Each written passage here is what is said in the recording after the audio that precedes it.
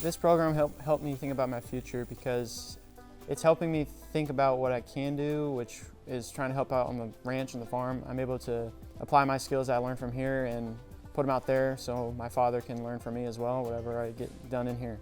I prefer working on larger projects with a group because it allows us to work together and come up with ideas, and it makes it to where we have showmanship around our county, and it makes it easier for us to work together, especially when we're doing other projects as well.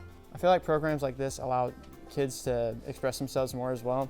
It brings a lot of communication and the factors of hands-on material. If more kids had opportunities like this, it would definitely help the state as a whole, and especially the country. I feel like the moment that stuck with me the most was the first time I met Mr. Vick. He was super open. He didn't even know me at the time.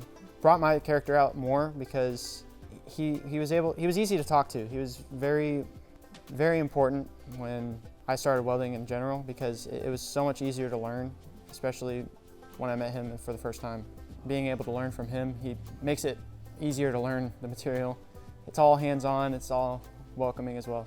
Hi, I'm Jack. I am a senior at Boerne Samuel V Champion, and I'm a proud member of the Vick Welding Nation.